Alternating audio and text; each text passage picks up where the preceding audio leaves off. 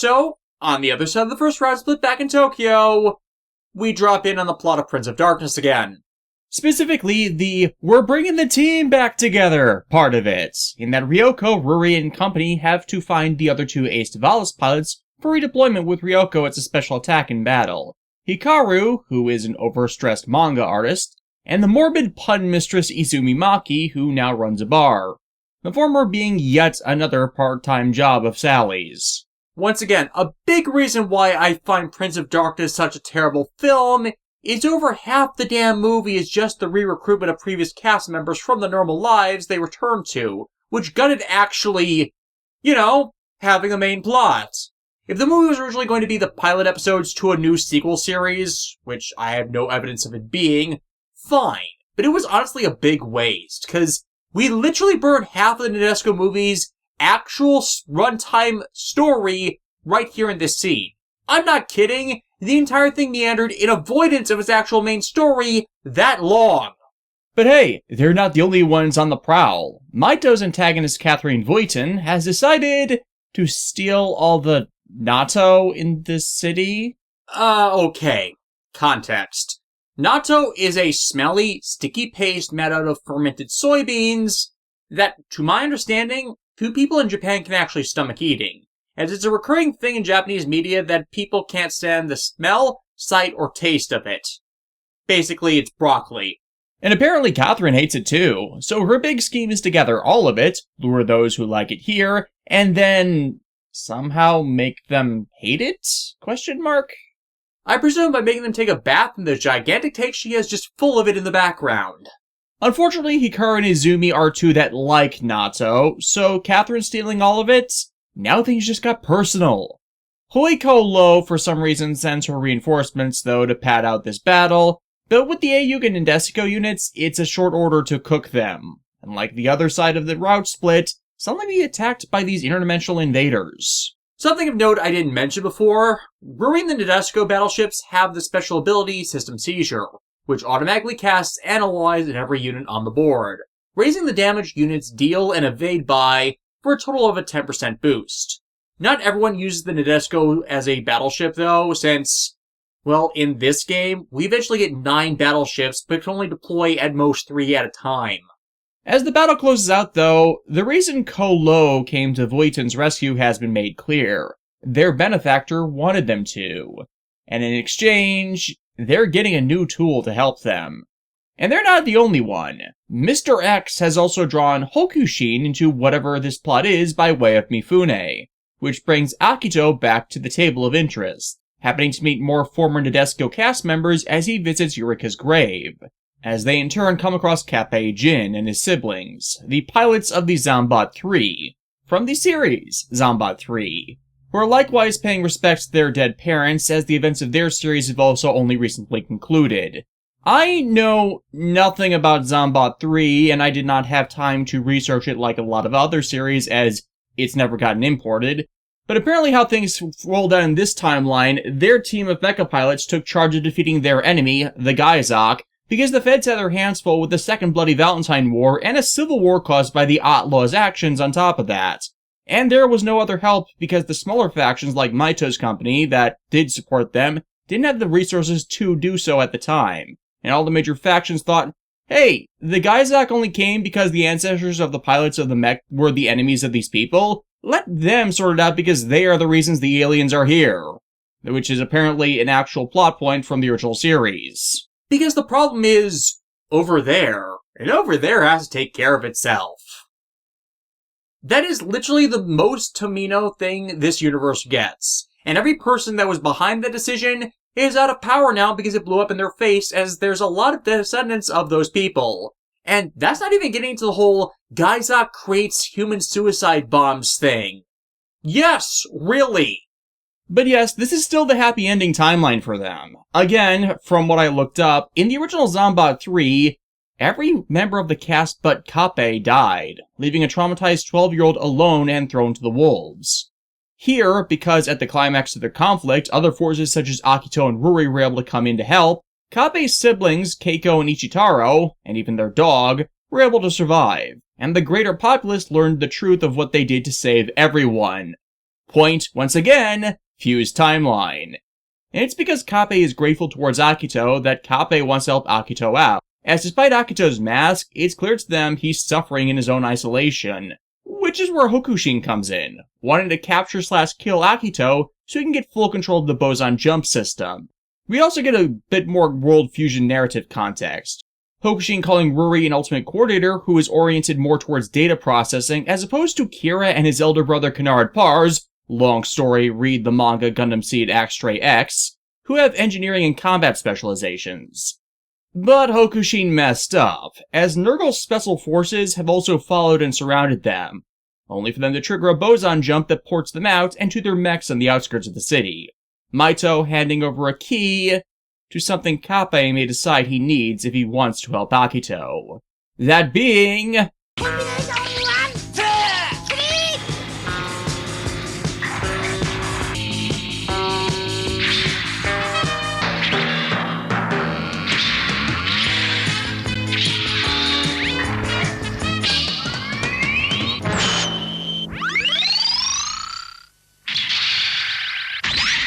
The Invincible Superman, Zambot 3. And in the name of the moon, they will punish you. Yes, I had to. It was obligatory.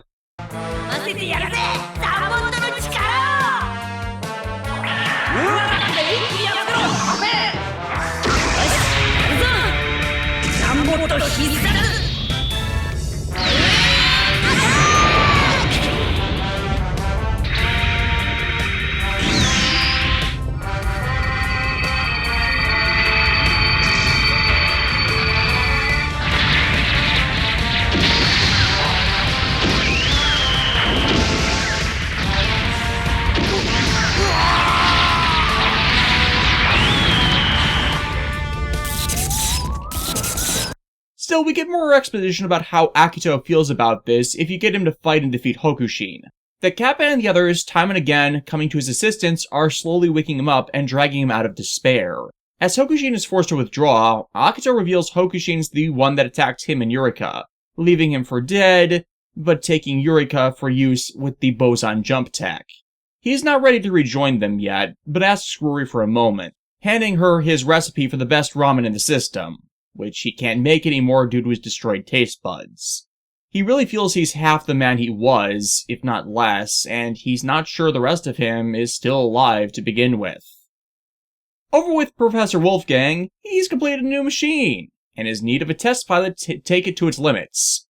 Limits Wolfgang can't meet. Thus, he's hired the services of legendary pilot Joe Rival, also known as the Ace. What, never heard of him? Come on, it's Joe the Ace, you must have! Yeah, Might Gaine meme character voiced by Hikaru Midorikawa of Hero Yui fame. Joe the Ace is an all-encompassing rival by story role character. Meant to be every part of the protagonist sequel, but in a mech that doesn't advance and improve, nor its pilot take a level in badass because they're a goal that's meant to be surpassed. And piloting a mech to sell toys. Fun fact on that front, Joe's initial mech, the Hiryu, was a repaint and minor retool of Sonic Bomber, and that is even referenced in Might Gaine's story. And it also is something that is mentioned in the game here before Joe renames it.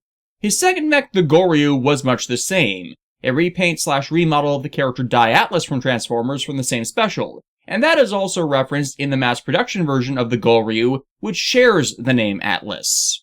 This is because Takara disliked making any new figures it didn't have to for the Brave series, and would regularly make Sunrise just recycle content left over from the old Transformers lines as new units. This is not even the worst case. In the first Brave series, X-Geyser, they did remolds of the original Dinobots as the Geist robot antagonists.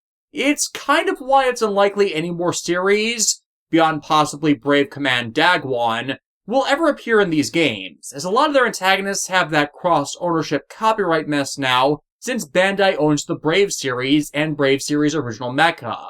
But Takara still has the Transformers rights. The Goryu gets to be here, though, because its animation model is very different from the toy. Not so much a lot of the others. Still, Joe isn't the biggest jerk in the world. He has his own backstory relating to his family being murdered by Xev, just being unaware it was Xev until later. so he gets dragged around the story for a bit as a recurring antagonist. After, at least, he rescues Sally from some muggers to show that while he may be bad guy, he is not bad guy. Meanwhile, Maito's struggling with news of his own. Akito in the last stage had informed him that there's something pulling Hokushin's strings, and that same force also has connections to the death of Maito's parents, something he's conflicted over, and distracts him from a call-out for battle from Joe that causes the bombers to take over, to Tri-Bomber's loss and severe damage, with Joe being pissed at the idea that Maito would be so cowardly to send out a subordinate to wear him down instead of facing him himself. However, Wolfgang's unhappy that Joe didn't face Might Gaine in this fight, thus deploys his larger army, which includes Hiryu mass production models. Wait, already? That usually takes a bit of time. Alongside technology for the series Daitarn 3, which is where Banjo Haran enters the picture. Daitarn, come here!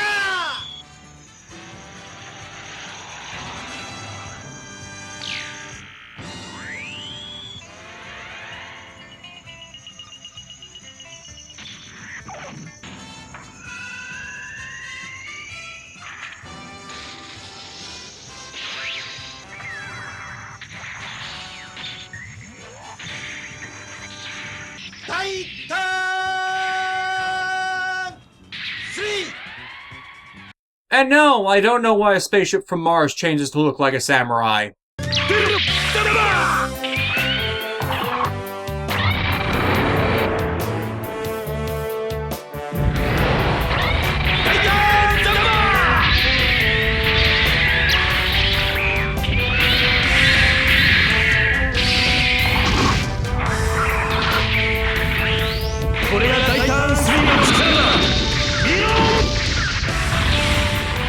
Praise the sun! And any reinforcements Wolfgang might have gotten on top of that?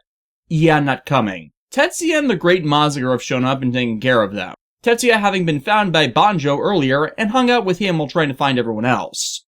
So while the rest of the units take out Wolfgang's forces, Joe and Maito duke it out in their mechs. Joe revealing that he takes his job as hired gun to a professional level and hates involving those that aren't his target. Ergo why he was so insulted that Tri-Bomber took Maito's place before. Though they're defeated for now, Joe will be back.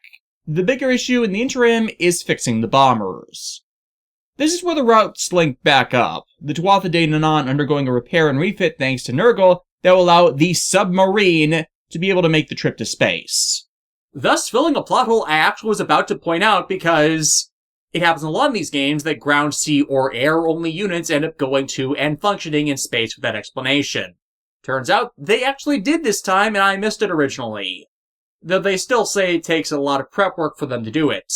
Hell, in a later stage, they say they did the same for the paramails to make them airtight, as in their flight modes, they normally expose their pilots to the open air, and their pilot suits kind of expose a lot of skin. Actually think about the complications in the story often solves them. Banjo also introduces himself to the bigger crew. In this timeline, him being one of the Senpuchin Concern's shareholders. Also gave them Zambot 3 for repairs, and even spent some time mentoring Maito after his parents died. If you're wondering why I've not done much to expand on Daitarn or Zambot 3 stories in this like the others, well, I don't know it, as I've never seen those series, and they're not available in the US, and they basically have no actual impact or involvement in these stories besides existing. Again, you could easily cut them from all this and harm nothing. But yeah, everyone's back together, and you have the option after each route split to meet the cast introduced and get the story you missed from the other route. Which leads us to one of the single greatest decisions the Super Robot Wars games have made for their titles. Which, if the Might Gaine mechs have a total of 50 enemy kills between them, you unlock a secret scenario. Except having commissioned the Asian Mafia to make a special robot. Designed from data gained from using a hijack bug while Might Gaine's been in battle, Hoi Ko-Lo and his manservant Shinja have constructed a facsimile robot of their own, Black Gaine, thinking that the best way to defeat the Brave Express is to mirror match him. They send it out while the Might Gaine mechs are performing a rescue operation. However, it seems they made Black Gaine too well, with Black having the same moral programs as the other Brave Express Corps members, and rushes in to assist them with the rescue instead of attacking. Black is welcomed as a new member of the team, though notices his programming is missing segments of it, missing the experience and testing of his seniors, and having an independent will of his programming that keeps the other AI from wanting to constantly seek out problems and conflict to solve that would make them go rampant if they got bored. Nine and I joining in on this, and deciding to teach Black the magic of the tongue twister that shows the robot's superiority to man, as they can't do it, and which Nine completely butchers by missing the fun of them in one of the best out-of-context lines for this entry. However, when Koi Lo continues his attack, Black goes out with them, and he and Shinja trigger the recursive slave programming in his AI, and hijack him for their true plan. Black Might Gaine!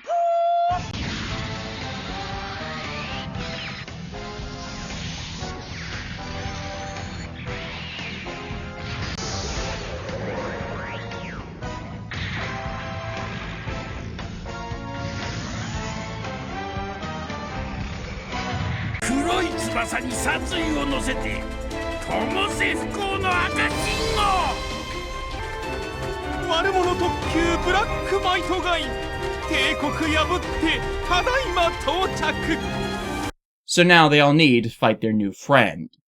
But as I said, this is the genius of the Super Robot Wars games, in that some characters that died in canon for their stories, Kappei's family before, and now Black Gaine here, do not need to die, and can be saved because the circumstances around them are different, and that allows for story divergences to freely allow that without any major significant problems.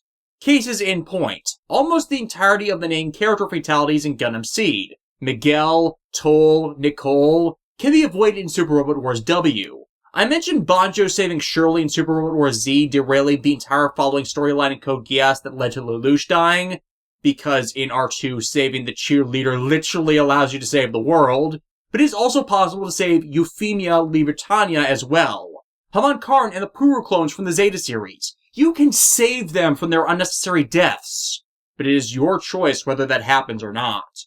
You can choose not to. They can still die. But you now have the possibility of obtaining the best possible ending and avoiding nearly every unnecessary death. And this is what happens with Black here, with the group's own influence having allowed him the machine learning, so he can be saved and freed by getting him to repeat the tongue twister. And before that, if you fight him with Might Gaine, the way the attack animation for the drive wheel sword is parsed, it looks as if Might Gaine severs Black from the larger Black Might Gaine combination. Koi Lo is forced to retreat, abandoning Black Gaine entirely, so he can be repaired and in time, be made a full member of the Brave Express Corps. However, Ruri has analyzed all the recent fights in Tokyo, and find all of Maito's antagonists getting their funding for and executing their plans has all been one big distraction to keep this three ships alliance from following after the Martian successors and recovering the Yamato. Fortunately, she's now found their likely base, the terminal colony Amaterasu, with the terminal colonies being sites recently engineered by the Earth Alliance government that try and take advantage of boson jumping technology to permit rapid space travel by them acting as a relay system to direct access and exit of the network. They're basically in-system stargates meant for ship transport. The problem of confronting them is thanks to said network, their enemies can either escape fast or call all of their forces down at once. So they need to hit hard and fast before either can occur. Unfortunately, Maito's antagonists have been called together by Exev as part of one last big distraction to keep them from deploying to that front, launching another attack on Tokyo. However, there's honor among thieves here, Wolfgang pulling Joe to the side and asking him not to tell Koi Lo of Maito's identity. Others like Catherine know, but Koi Lo's the type that would like to kill the pilot outside of their unit, something the others don't want. Wolfgang in specific wants to keep testing his inventions against a strong enemy to actually prove their worth, as any scientist would want that validation of their work. And Joe, by being the rival, gets the same. However, I don't think they were expecting to face not just their main enemy, but the competitors for first and sixth most powerful Gundams in the Gundam franchise. For the record, the first and second slots are honestly a toss-up between the 00 Quantao, including its ELS variant, and the Turn A Gundam. The third is locked in as Wing Zero. Fourth is the XX because its satellite cannon requires the transmission system, and without that it doesn't even place. And fifth is the 00 Riser, more because of its own vulnerabilities than what it can dish out between the Riser Sword and Quantization. The Strike Freedom only really ranks 6th, because it lacks the equipment that can class it as a weapon of mass destruction, but nothing that ranks under it has the same levels of firepower or combat versatility. As in combat versatility, the Strike Freedom tops the list. In 7th, I would say, is the Unicorns, as the NTD doesn't work the best if the enemy's not a new type, nor can it hijack any remote weapons that don't operate off of Psychomu technology. And on top of that, a crap ton of other super robots altogether. Plus, one they thought they dealt with that just got an upgrade.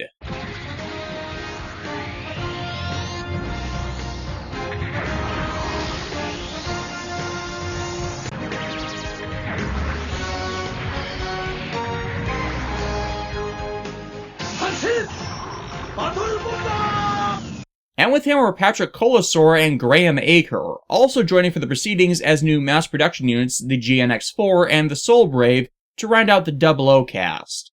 Graham joining here as, in this timeline, Joe is a former subordinate of his during the Outlaw days. They're also here as, due to Martian Successors sympathizers being all over the current Federation government, the Federation government's hands are tied. Independent action, though, through Nurgle's task force, that's the workaround they're using right now. Fortunately, Joe's not completely gone down the path of the rival, forwarding the Alliance the Successors' current operation plans he got from Maxev's plot, which will speed up the next operation.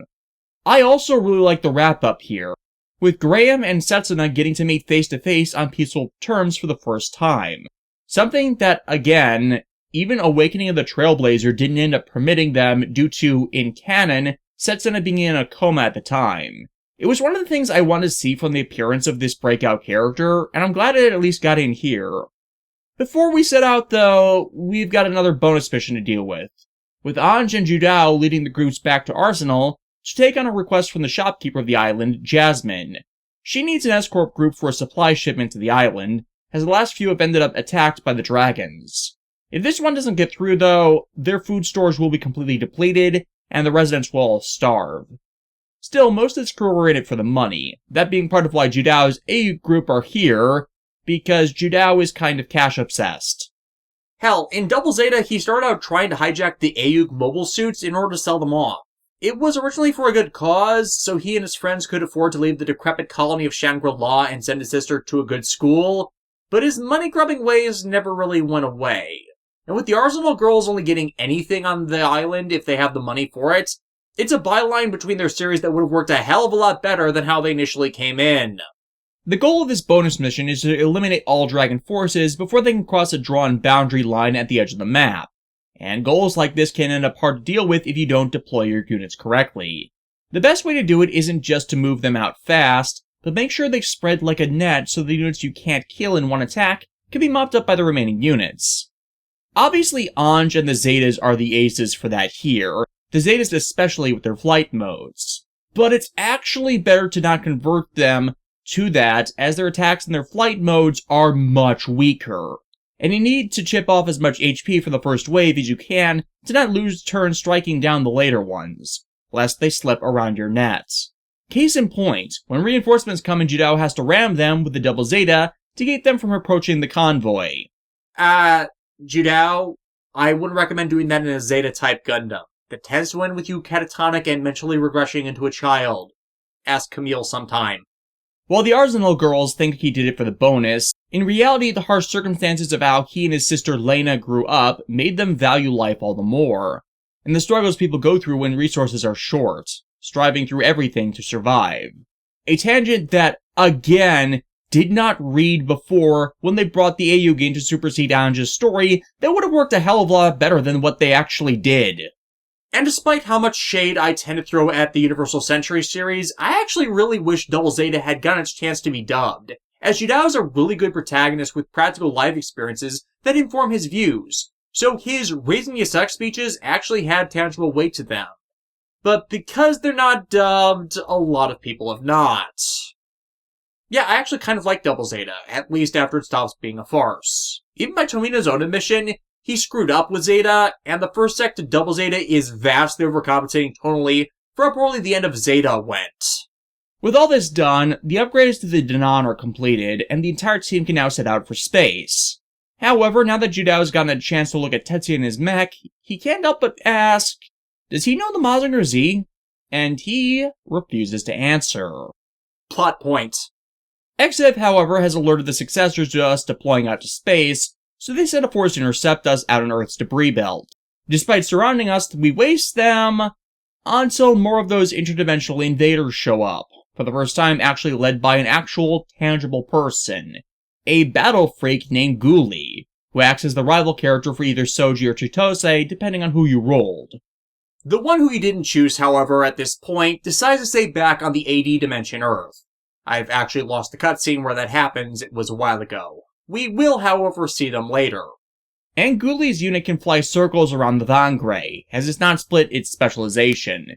If the Vangre were faster, it could keep pace, and if it were built to make use of its full power without tearing itself apart, it could endure Ghoulie's attacks. But stuck in the middle like the Vangre is, it's up to the will of the runner to be able to deal with this. Only for 9 to refuse to overclock the machine so Soji could keep up, as it would endanger his life. Fortunately, we get a bit more backup from Ryoma, Kincaid, and Kodai, who managed to escape the Yamato, and Ghoulie underestimating us leads to his own loss, finally revealing what these invaders are. The final fleet of the Space Empire Gardim. And we've not heard the last of them. The advantage of these three showing up, though, is they can supply on-hand details to getting the Yamato back from the Amaterasu installation, though they also bring bad news. The reason they weren't able to resist the Martian Successors' attack is because Okita fell comatose after they were warped here, and without him in charge, Exo Sonata decided to surrender. Fortunately, the Yamato took such heavy damage that the Successors can't field the ship, and as wave motion tech is alien to them, they can't risk just killing off the crew, as it could lose them all the tech. 9 and Soji also have it out, 9 wanting to understand why Soji got so angry at her for preventing him from dying, and it ties back to Soji's trauma from being the sole survivor of the battles on the Outer Rim, that he treasures life far more now because of it, and Ghoulie's indifference and treatment of all of us as lower life forms, alongside everything related to the founding nations, just broke the last straw holding him back from showing it. Like the others, he doesn't want to see anyone die if he can help it, and to that end, he can't let 9 hold him back from helping others. And he trusts her to know all of this, because he trusts her now for always having his back, even when he doesn't want it. We've got another bonus stage set here now, with Kappei going through a combat simulator to regain some of his prior skill, and training against Maito and the Brave Express Corps in doing so. But Kincaid sees his progress, and notices that Kappei's movements are always as if he's about to die, and putting his life on the line. Not to survive and thrive beyond the battle, an effect of the trauma from his own series conclusion. Yes, in this timeline, Akito and Ruri saved him from that, but that doesn't mean the other effects from his battle aren't still there. As Kincaid says, there's risking your life and then there's throwing it away. So Kappei gets to work some of that out, as their groups join a Federation patrol scouting out around the Amaterasu, a patrol group whose lives were actually saved by Kappei and the Zambot 3 during the Gaizox invasion. Unfortunately, this Federation squad are the victims of Hoiko Lo, using a device that almost acts like Zonder Metal from the series Gao Gaigar or the ELS from 00's movie Awakening of the Trailblazer. Speaking of, yes, they show up later. In that once it makes contact with their mechs, it assimilates them and their pilots into a new fused mech, and Kappei is driven to save them, even as it puts himself in danger in the attempts. Worse, with the main mech bearing replication abilities, it starts tearing chunks out of the debris field to build drone mechs to swarm our mechs when the team first focuses on getting rid of the cannon fodder. The Fed soldiers offer to sacrifice themselves to end this before anyone else has to die, but Kappei refuses to do so without even trying to save them. Kincaid comes in, to drive his earlier lesson home about bravery versus recklessness, and to tell them this amalgamation machine has a core at the center. Destroy it, and everything else will go inert, saving the pilots' lives. But how do they do that? I figured it out. We just need to hit them really, really hard. That sounds like something my dad would say. Right! Kappei succeeds, shutting down this plot, and afterwards Kincaid has to apologize. Setsuna and Kira filled him in on Kappei's full backstory and how Kappei's parents and grandparents all gave up their lives, and didn't realize he was dealing with someone who wasn't reckless, but dealing with survivor's guilt. Thus, while what he said was valid, it was the wrong advice for someone living with that. With this, we finally reach Amaterasu, the Yamato crew actually having exaggerated the damage to the ship and are almost done with repairs. So when we begin our assault, all we need to do is to get Kodai and his Cosmo Zero to an extraction point within 4 turns to fully bring it back online, and rejoin our forces to then force the Successors off of the Amaterasu. Even Akito shows up for this, but for different reasons. For the Amaterasu facility is where the Successors have kept the Mars calculation unit, which they fused Eureka directly with. With Banjo's help, though, the Nadesico is able to make its own boson jump inside the Amaterasu's defenses, allowing Ruri to hack and disable the entire system, preventing the Yamato free exit from the station, alongside someone entirely unexpected who the Successors also captured. The original Mobile Suit Gundam pilot and protagonist, Amuro Ray, alongside his new Gundam.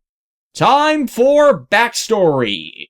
During the events of Char's counterattack, Char Aznable, who inexplicably has gone evil and plans to drop the asteroid Axis on the Earth, ends up facing down Amuro and loses. Badly. With the Axis already in Earth's gravity well, however, Amuro tries to have his new Gundam, alongside the other mobile suits in the battle, come together and try to use their thrusters to redirect it, and fail. It is only due to a special system installed on the new Gundam and a few other units in the battle, called the Psycho Frame, does Amuro somehow, with new type psychic powers, manage to pull the asteroid out from its terminal impact. In an ending to the film that makes absolutely no goddamn sense, and to this day, Yoshiyuki Tomino has refused to explain beyond new type psychic powers. Even Gundam Unicorn, which is the first series to actually use Psycho Frame tech since Char's counterattack, does not provide a tangible explanation for that beyond the Psycho Frame giving a unit literal plot superpowers. And the Unicorns incorporating such tech for the specific purpose of the Earth Federation trying to gain that plot superpower for themselves. Psycho Frame messes have gotten so nuts, though, it's to the point that in some of the Gundam games, the new Gundam can disable the Moonlight Butterfly from the Turn A Gundams, which doesn't make sense considering what the Moonlight Butterfly actually is. The closest you get is the implication that Amuro's psychic potential allowed him to ascend to a higher plane of being and shed his mortal body as a consequence of him using that power to pull Axis away, as well. Char and Amuro just vanished after the battle. Char's counterattack, by the way, I consider a bad movie. The plot shoving Char needlessly back into an antagonist role just so he can face Amuro again because Tomino believes in the damaged trope of destined rivals. It is a film that cares far more about story over character, thus regresses both of them to as if the events of the original Gundam series just happened, despite 13 years having passed since then, and ignores the character development both had and the shift in setting during the events of Zeta Gundam that showed that Char would not do this unless he had some major brain damage or more legitimate reason than he has in the goddamn movie. And any justification that could have been made, say, the Earth Federation government committing some series of atrocities after the events of Double Zeta Gundam, since they were let off scot-freaking-free for their crimes against humanity in prior series, is not given, as the story of the film spends most of its time ineptly recreating the tragedy of Lala Soon from the end of the original series, someone Char genuinely loved and Amuro felt some strange psychic connection to, but it fails at that because, 1, they base this off the Gundam compilation films and not the actual base series. And yes, there is enough differences in Sunrise's compilation films which can screw over a plot, so such does matter. It is a mistake Sunrise would not repeat until Code Geass Lelouch the Resurrection. Or rather, the mistakes in the Code Geass compilation films exist because of Resurrection. One or the other. And 2, their recreation of that tragedy was done between 3 characters people did not care about or actively despise. That of Hathaway Noah, Quest Pariah, and Gyune Gus. Hathaway, despite being a pre-existing character introduced in Zeta, people had not had the time to really connect to. And Quest is an immature, selfish, amoral bitch desperate for attention, thus goes about killing people, including her father, to get that, and uncaring of the consequences. She is a sociopath, and it is against Char's character to encourage that shit. Hell, to once again bring up the unfair seed hate in relation to how few people actually seem to criticize Universal Century content, people complain, oh, it's not hate that makes people commit to war, when that is the exact thing that gets shown here.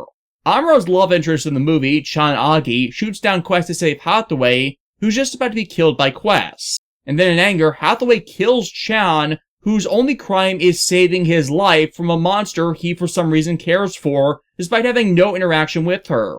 And such is not justified by new type psychic nonsense. Ergo, once again back to my Shin, Stella, and Kira analogy from Stella's death, Seed Destiny once again did this entire situation better. In Charged Counterattack, this is supposed to be some big tragedy, but in reality, the character shows no merits to her whatsoever, so you don't care that she dies over Hathaway's reaction in turn. This entire Quest subplot takes up the goddamn majority of the film, distracting from justifying why Char would do all of this, so all of his reasons feel like straight-up character assassination from what we knew about him before. And in doing so, undoes one of the few things I liked about Zeta Gundam. Plus, the Chan Hathaway Quest situation is once more an example of Universal Century stories just doing the same thing verbatim that adds nothing to the narrative while killing off more characters unnecessarily, as nothing is done with nor learned by the act. Again, the reason why I legitimately, honestly prefer how Destiny handled the matter as they did with Kira, Shin, and Stella was it had a reason to be there, was a built up to and natural into a character, had an actual meaningful and understandable impact, and the show did something with it. In Char's Counterattack, the Quest plotline does nothing but drag it down just to do a repetition of something we'd already seen. And there's easy ways to have made the film work, too, had that nonsense not been the focus. Say, someone in the Neo-Zeon faction took over for Haman after her death in Double Zeta and starts the asteroid drop plan, undoing Char's diplomatic attempts to wrest control of the Earth sphere from the corrupt Earth governments that are still shoving the poor-off planets into even more shoddily built and decrepit colonies, as they were shown doing before, and retconned doing in Gundam The Origin, Unicorn, and Hathaway's Flash. Amuro and Char initially team up as they settled their differences during Zeta, but events in trying to stop the asteroid drop lead to them witnessing the Earth forces performing a terror attack on civilians, making Char realize all his efforts at peaceful reform are for naught, as the Earth government still isn't listening to the will of the people and thus swaps sides. That leads to the same conflict at the end of the movie between both factions and individuals, as Char has given up on trying, while Amuro still has hope we can wrest a better future from those stealing it from us to give him some form of actual motivation to fight for the Earth forces, as opposed to, burying his head in the sand to the truth again, as he was initially in Zeta, as he has since acknowledged the Earth Federation's crimes. That would have all justified the conflict there, instead of Yoshiyuki Tomino's first redoing the story in the novelization about Tachika's children, and then second just retconning Char's entire character, backstory, and inner motivation decades later in Gundam The Origin to always having been a bad guy with nefarious motives and goals. Not just revenge against the Zabi family for the murder of his father that was in charge of a political faction that wanted people to actually try eking out a life in the colonies and make them livable, and instead showed him as always being a crazy but methodical radical that, honestly to a lot of people, ruined the character worse than Char's Counterattack did by bending over backwards to justify the character assassination.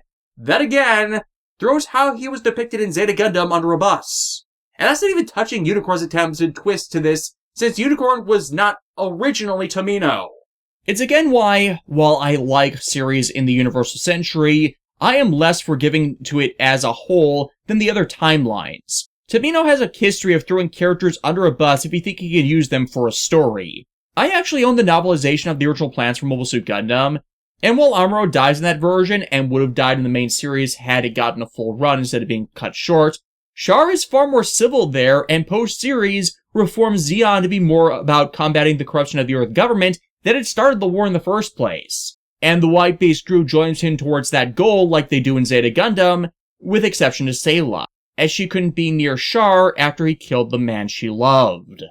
Not my last tangent about issues I have with UC content, but we are close. Though I hope I am making clear what sours me to the UC timeline as a whole clear, as it really is the parts of it that are needlessly cyclical, and only happens because the true cause of malice is always allowed off scot-free by the leads. The other AU timelines I don't have this problem with, as they address those causes. But once more, the Super Robot Wars games sidestep the matter entirely, and in general avoid the new type psychic nonsense that breaks the plots. It's almost as if it's a common criticism or something. Hell, nearly every game I've ever seen that included content from Char's Counterattack tries to fix Char's Counterattack to varying degrees of success and failure, depending on how they try to utilize Char himself and his motivations, as well as what failings of the Universal Century they're acknowledging in that moment. Amuro is here because the Psycho Frame effect that helped him pull Axis away from their Earth, yeah, that surge of power was enough to tear a hole in the dimension and send him across it. Recent dimensional crossings allowing him to escape that limbo. This all makes sense too, but with the dragons from their Earth coming over via tears in space-time already. He and the Yamato crew tear their pound of flesh from the hides of the Successors, covering their commander's retreat, while Akito is left to lament the full month of lost progress to Iskandar. However, they can't leave the threat of the Successors to just the Earth Alliance forces, so they're in on assaulting Mars to stop their bigger plot. Still, on the trip there's something else that needs to be addressed. The Crossbone characters are all from the late Universal Century, specifically UC-136, even though the events of Char's Counterattack occurred at NCC-100 to them. And yet technology from far earlier in their respective UC timeline, in the form of the New Gundam, Z Gundam, and the AU Gundams, are operating on a comparable technological level as their modern units, which is baffling to the NCC crew, as it's as if they were built with modern tech. Actually, F-91, Crossbone, and Victory have a built-in excuse for that. It is explained in those series that technological advancement stagnated after the UC-90s, shown by the mobile suit the Jigen being in use by the Federation for literally 30 years as their standard use, most advanced mass production mobile suit. Progress after that focusing on downsizing energy usage and size of mobile suits as resources became more scarce, which drove development of things like beam shield technology so they wouldn't keep wasting metal to make physical shields. Hell, I mentioned Judao showing up in the Crossbone manga as an old man still piloting the Double Zeta, and yeah, it actually proves itself as still powerful despite its disrepair. Had Judao had the supplies for proper maintenance, the capacitors for the high mega cannon wouldn't have broken down and blown the suit up, but allowed it to mop the floor with then modern units. Instead, though, this tries to tie itself to the whispered thing from Full Metal Panic, in that something has caused technology in the Universal Century to be far more advanced than it should be, as part of a branching offshoot in their histories caused by divergent technologies also being present in their world. They also say the Psychoframe technology is obsolete in the NCC dimension, which is something I don't believe considering the tech literally moves asteroids that are trapped by Earth's gravity out of it. Something the NCC dimension could really have used to stop the planet bombs. Especially since, again, there is a built-in explanation for that, so said series wouldn't violate late UC canon, and I don't think the writer of these games realized that. In the final volume of the Gundam Unicorn light novel series, Phoenix Hunt, it is explained that the entire Earth Sphere collectively decided, after everything that happened in Char's Counterattack and the events of Unicorn, that Psychoframe technology was too dangerous to continue developing. So not only were units that still held it decommissioned, such as is showcased with the Unicorn having its Psychoframe having been torn out of it, but no others were to be made with the technology. Gundam Narrative, the film that adapted Phoenix Hunt, however, is not the best at explaining that, as they more tried to convey that visually and not through dialogue, which kind of backfired. Hell, in the Western release, that's what's explained on the first page of the frickin' art book the movie came with. What they could be referring to instead is the biocomputer, a human-machine interface invented for the F-90 and F-91 Gundams that improves a pilot's ability to interface with their units without there being a psychic requirement to excel, as the prior Psychomu, biosensor, and Psychoframe techs needed that would then obviously replace it in mass use because psychoframe technology became to be considered that dangerous that development of it was abandoned. But that is a different system entirely than one that boosts psychic potential to pull off the fantastical.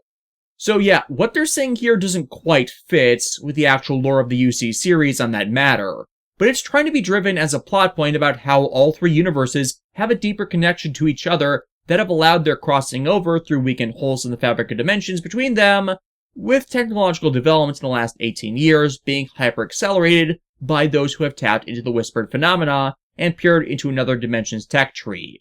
The same units are being created, but on a far more advanced tech level. That's because technological advancement has hard limits on their possibility, where you need to progress through each step of a tech tree in sequence no matter how fast you do it. Who knows? Maybe by UC-136 their crossbone Gundams will show up as opposed to the 100-year gap the NCC timeline has to such. Though this does allow Hathaway to riff on how he'll likely be a footnote in history, as this Hathaway is from before he became the anti-government terrorist Mafdi Navu Aaron, the identity Kincaid and Tobia know him as. Plus, the NCC and UC timelines have other differences in them, so it's best not to lock down their own choices as bound to the history of what an alternate version of them might have done.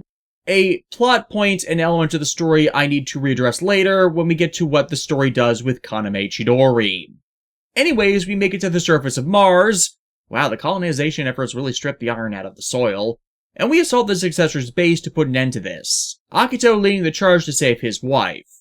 However, we've got complications, in the form of somehow the dragons got brought here and begin attacking both sides. And they're not the only ones. Ghoulie returns with the Gardim as well, something Nine managed to sense as they jumped in. These disparate groups split our attention, allowing the leader of the Successors, Kusakabe, to ultimately trigger the calculation unit. Or rather, a replacement calculation unit, as they couldn't get their hands on the original. And them triggering it is what's acted as a beacon for the dragons and the Gardim coming in, with a second wave of dragons arriving, and this time with their own paramail. Ones that are quickly countered by black Vilkis units.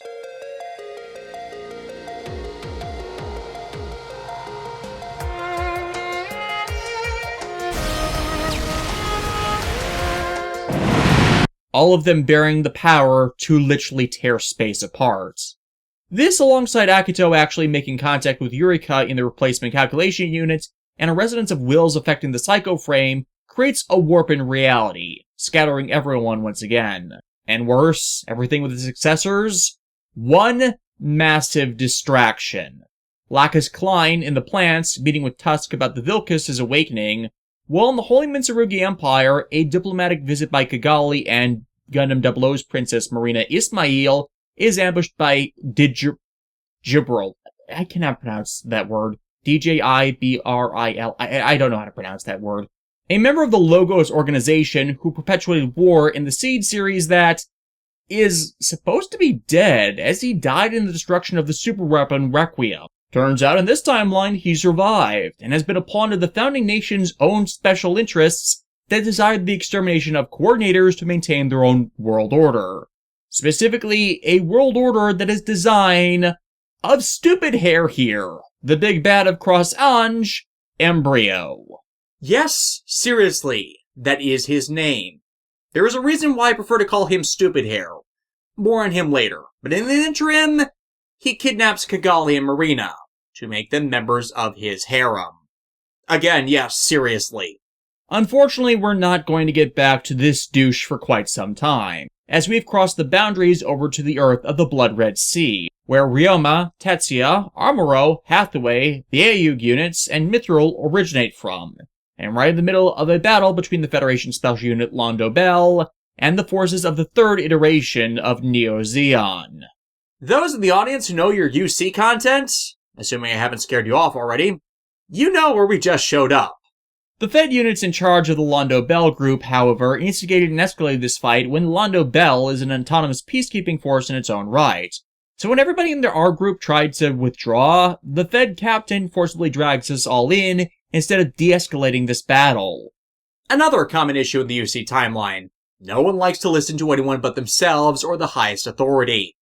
made worse by the Gamelan forces also showing up here from the tears in space, the same ones we fought before, which of them happened 3 days ago. With them are also Jupiter Empire forces that have allied with them, specifically long-standing Gundam F-91 and Crossbone antagonist Zabin Shiro.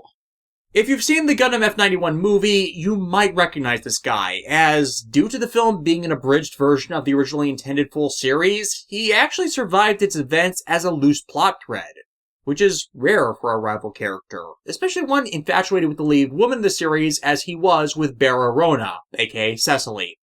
During the events of Crossbone, he actually started out as an ally and member of Bara's Crossbone Vanguard under Kincaid, aka Seabook. But upon learning of Kincaid's true identity, he began to become irritated that a common man was so close to the princess of his former leaders of the Cosmo Babylonia, as Zabin believes in autocracy as the truest form of government, that leaders are born from royal lines and not through experiences, which is a line of thought that always causes bad things in the Universal Century. And with Kincaid and Bara being lovers, he was not happy. He and his Crossbone X2 eventually defected to the Jupiter Empire as part of a scheme of his to make Bara the rightful ruler of it after he showed his superiority to Kincaid. And it all blew up in his face. Partly because Bara's royal lineage of the Cosmo Babylonia? Yeah, it was all made up by her grandfather in the first place. They never had noble or royal blood to begin with. Their forces were just a cult created by a kid that started out as a junk dealer in the Side 1 colonies before being a Zeon agent during the 1-Year War, whose father purchased the name of a dead royal family. And for those who don't know the colony clusters of the Universal Century, Side 1 is where the Shangri-La colony Judao and his friends came from. So yeah, like many characters in Universal Century, Zabin's kind of an idiot. Him here lacking a lot of that nuance and just trying to push forward the goals of the Jupiter Empire and them getting control of Earth on behalf of the Gamelas. Have Toby and Kincaid battle and defeat him, and he'll exposit more on that and how his animosity with Kincaid has taken on a whole new life despite that, with Kincaid calling him out as a narrow-minded fool. I love it when protagonists riff on characters' idiocy for me. It makes it so much easier to present their content as self-aware. Push them back, though, and both Zabin and the Gamelan commander Goer will retreat to find a way out of this reality, leaving the ship's alliance to finally get a moment to think and talk over this newest turn of events, with once again no way of how to freely traverse these worlds being open to them, their only lead potentially being that of the Black Vilkis and the dragons that have potentially been opening gates from this world, instead of the AD dimensioning dragging them here every time. But to get to that, they honestly don't know where to start. Well, they do, but the decision there involves a route split, and a unique one at that, as this is the only route split where you don't actually need to do the other path to get the full story. Since Amuro and a few others are Londo Bell adjacent soldiers, the idea is proposed on whether the ship's alliance should contact them for help, or go off on their own independently. The reason it's not important to do both here is the groups don't split up, and the sole difference is just a small shuffling of the events between them, which is actually better if you want to recruit secret units, even if it means you aren't following along from the starting point of a canonical story like the prior stages. As beginning from this route split, by doing specific actions in a stage, you build up secret points that allow you to gain access to characters that would otherwise die. Like I said with Black Might Gaine, it's entirely optional to save them. You have the option to put in the effort or not. But if you do, you gain access to some powerful units and companions that, well, fans often don't want to lose. Or if you are the villain characters of a series, you don't want to give them the dignity of death, and force them to live with what they did so they can be called out on their crap. To be clear, you can take either route. It's just the independent route supplies more recruitment points by doing their special tasks than the Londo Bell route. And if you want to do all the divergent routes in a playthrough, it is better to take the one that gives you more early on, so you aren't locked to needing to do one route in order to recruit the character to pick up missed points. This just makes it easier, even though the battles in the independent route split are harder. This is also where we get the classification of the 3 dimensions of the NCC dimension, the AD dimension, and the true Universal Century dimension, with clickable links on each classification that gives you not just a breakdown of their narrative fusions, but also a breakdown of their timelines that actually spoils elements of the upcoming story that hadn't been revealed yet. Why would you do that? Hell, some of those details people new to the game would have no workable reference with for some of these series to catch them. Like, I get it, these end up part of the lore primers the game makes accessible to look up at any time, as the terminology of the series can get a bit difficult to keep track of. And I'm doing my best to present everything relevant I can, but these games, by the fact I'm 4 videos in now, and we're not even a third of the way done, are really freaking dense. The only thing that's relevant here to note is, the true Universal Century dimension still seems to be stuck echoing past events of the NCC dimension, just with the additional influences of other giant robot series part of it, such as the Mazingers and Getarobos, with the prior war with the invaders qualified as occurring 17 and 13 years ago, alongside one faction that hasn't become active, at least yet. Following the war between the Getarobos and the invaders, Side 3 sued for independence, resulting in the 1-year war and all the Xeon conflicts that followed, and the mass production mobile suits as common use giant robots began. However, instead of following the events of Getarobo Armageddon as I explained back in part 1 of this, where the altered radiation from a Deuterion missile would allow the invaders to overrun Earth, something stepped in and absorbed the Geta radiation from it, though the seas of this world still turned red as, well, something else happened under the cover of the missile strike to cause that. Following this, the Grips conflict and the Neo-Zeon Wars happened as depicted in Zeta, Double Zeta, and Char's Counterattack with only minor changes. And once more, the game does a better job at explaining the plot of Char's Counterattack than the movie itself did, by establishing that increased Earth government oppression of the space colonies drove Char to act, as all negotiations got them nowhere. Once again, the Earth Federation is the root cause of all sins in the Universal Century. So Char being depicted as the bad guy by pulling the asteroid drop not only doesn't make sense, but continues the problem of most Universal Century antagonists making the leap to radical extremism with no logical point for them to be driven to those actions outside of they're insane sociopaths and always have been.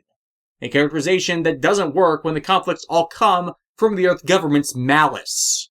A point that will be more elaborated on next time.